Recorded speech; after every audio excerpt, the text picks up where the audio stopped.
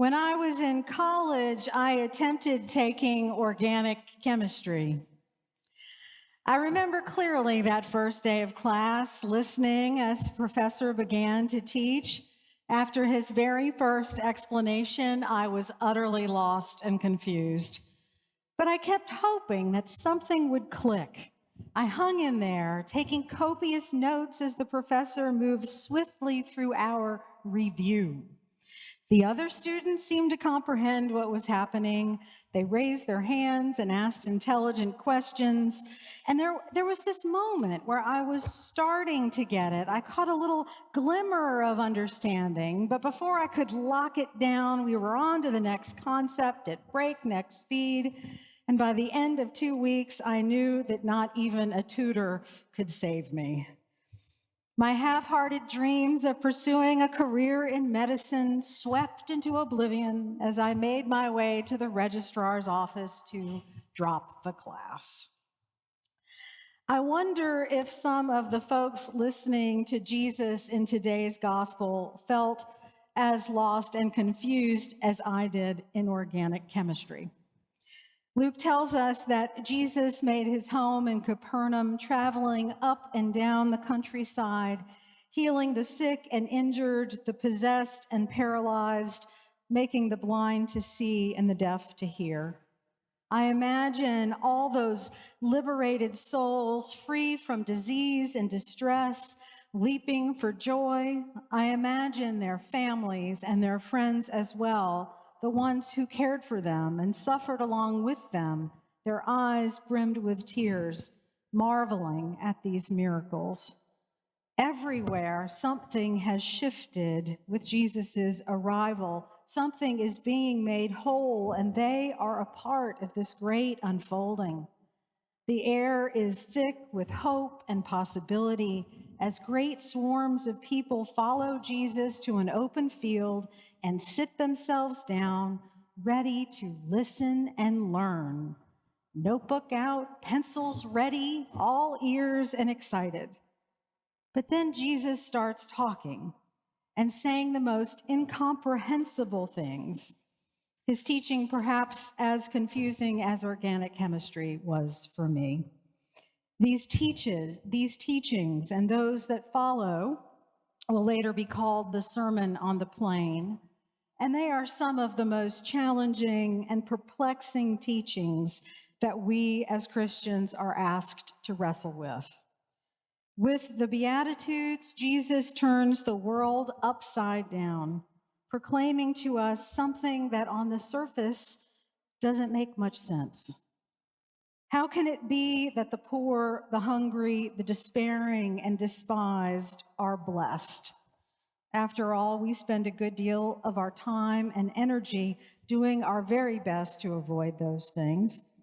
And based on Jesus' tireless ministry to relieve suffering, to heal, and to restore, I don't believe that Jesus is telling us to seek these circumstances in order to be blessed. In Jesus' time, people often attributed misfortune as a sign of God's displeasure, retribution for one's sin, or perhaps the sins of some long ago ancestor. Good fortune, on the other hand, meant a reward of some kind, a sign of right living and goodness. This way of thinking about things, well, it still persists even if we conceptualize it differently. We still have a tendency to take credit for advantage we couldn't possibly have earned, and we still have a tendency to condemn others for their misfortune. But with the Beatitudes, Jesus makes a radical and disturbing claim. Those who are suffering, whatever the cause may be, whether it be their sin and bad choice or bad luck or by circumstance, these ones are blessed.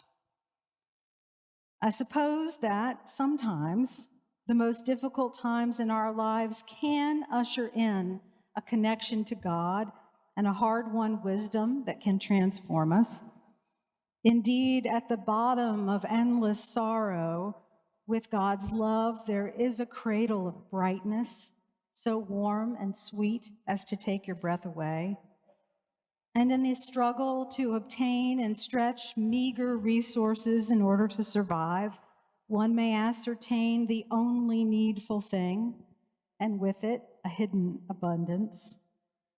And excluded from the warm regard of those we were meant to be held by, we find belonging within our own souls and the courage to persevere in the face of rejection, because God has not and never will abandon us. But when we are full and happy and satiated, we have little opportunity to encounter these truths, to make these connections.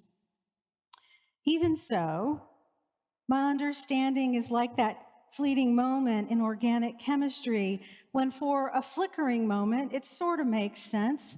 I catch a glimmer. Perhaps we can be blessed in our unblessing. But quick as it comes, that faint understanding vanishes, because I'm not sure that any amount of wisdom or self-revelation can make up for the enormity of hurt that so many suffer. Indeed, this passage has been used from time to time to excuse the condition of the poor and relieve us of our responsibility towards them. Half a world away, so many people struggle just to survive. And just down the road, there is a homeless man of skin and bones who eats his Vienna sausages with very little teeth under the overpass of 620 and 183. And just like clockwork, Cindy, let's call her Cindy, will come by the office or call with another story about what went wrong. And from her eyes, tears will flow, and from her mouth, though, an endless stream of half-truths as she desperately tries to acquire from me rent or groceries or goodness knows. Jesus, these are the blessed? Do they know? How could they know? Jesus, this class is too hard. I don't think I'm going to get it. I think I'd like to put my head down on the desk and take a nap. Like many people, I find it difficult to reconcile the injustice of the world with the goodness of our loving God. There are lots of different theologies about this that make sense of it. And for me, my head will make sense of it, but my heart won't, or my heart will make sense of it, but my head won't. And I just can't ever quite make all the pieces fit. Even with the Beatitudes, I can't get all the theological contradictions to slide neatly into place.